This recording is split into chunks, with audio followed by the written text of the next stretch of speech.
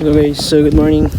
So today po ay maglalakad tayo dito just to familiarize the places guys.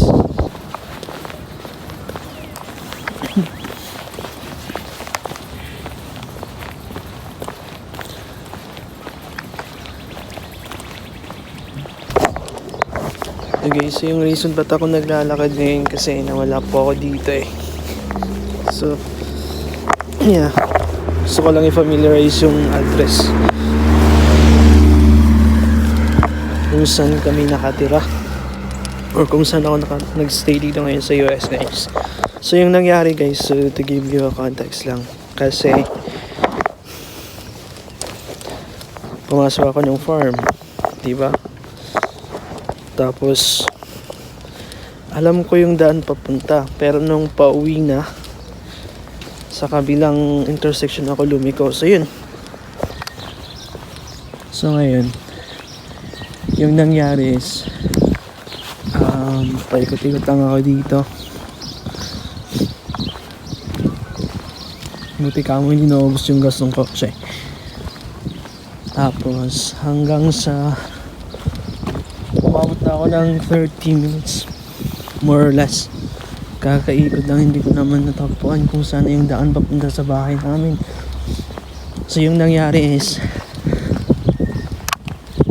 pumunta ako sa isang gas station.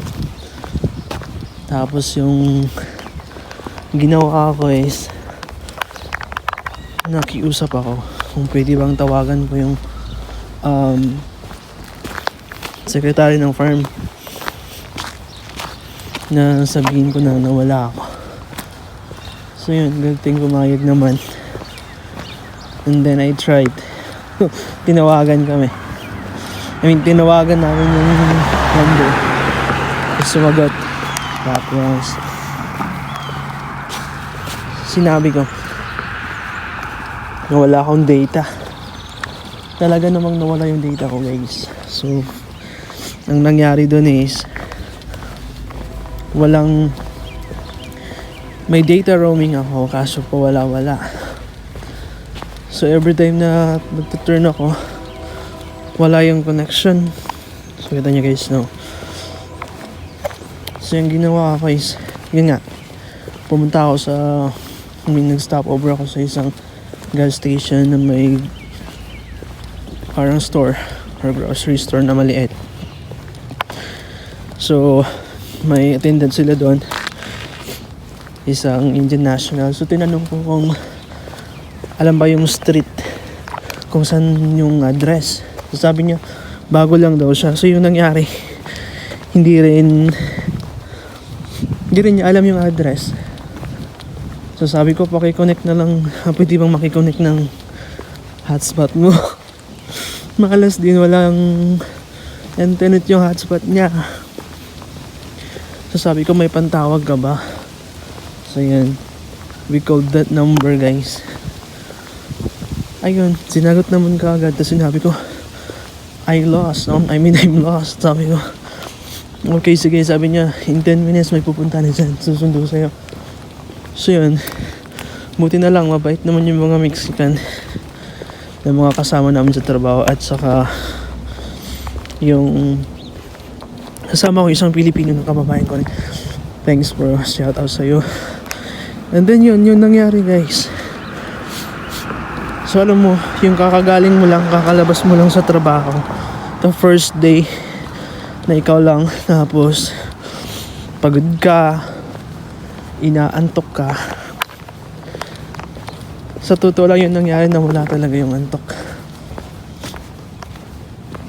So ngayon, the reason is why today na naglalakad ako dito is for me, para makita yung lugar, familiarize kung saan street ba ako liliko. Tsaka na rin to see the place na gano'ng kaganda dito. Ayan, ang mga puno. Yan, naririnig nyo training guys. So ngayon, since pa summer or pa spring pa lang, medyo magulo pa. Marami pang mga leaves na nandito ng fall. And then yung mga tanim hindi pa naayos, ganyan. Pero pag summer, makikita mo maganda yan dito. So dito na yung try ko pumunta dito. Wala namang ano eh, papainit lang ako kasi malamig. Finally day off naman eh. So this is just ano lang guys, to familiarize lang yung place.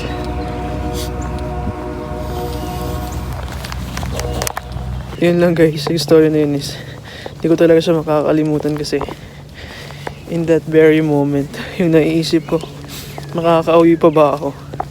Kasi most of the na pinuntahan ko wala silang SIM. So yung reason na pumupunta ako dun is to get a new SIM card guys, yung local SIM dito. Pero yung nangyari is wala talaga. Hindi rin ako nakabili ng SIM card. So parang dito yung main street ng ng city na tinitirahan namin. So yun lang.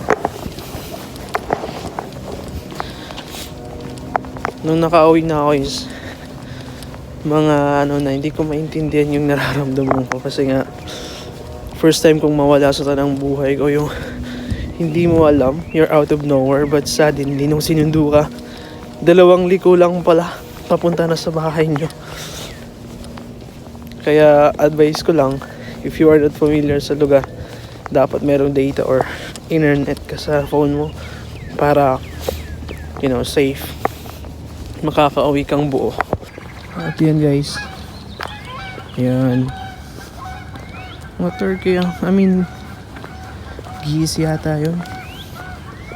Ayun. So yan yung mga design ng mga bahay dito. Alam mo yung lamig, kahit nakabilad ka sa araw, hindi mo nararamdaman yung araw, malamig pa rin. So this is totally different actually guys, mula dun sa dating address dito sa US. So it's more on siya, hindi masyadong nag-yellow dito, hindi siya masyadong malamig ganun. Unlike dun sa dating address, talagang ginagamitan yan. Kita nyo yung pulang sasakyan, yung gray na sasakyan na merong plow. So yung mga simple mga punong walang dahon. Minsan guys, may napapadpa ditong mga wild animals like mga deer, squirrel, may ibon. Very lang siya, parang simple simple community lang siya, tahimik. I can say at this time kasi hindi pa naman ako gaano katagal dito. So yan yung mga houses dito. And then mas marami pa tayong magkukwento guys dito sa Amerika. Mga tips na rin, lalo na sa mga agriculture graduates dyan. You can send a message guys, how to start up your career here if you are agriculture graduate and you'd like to work in a farm.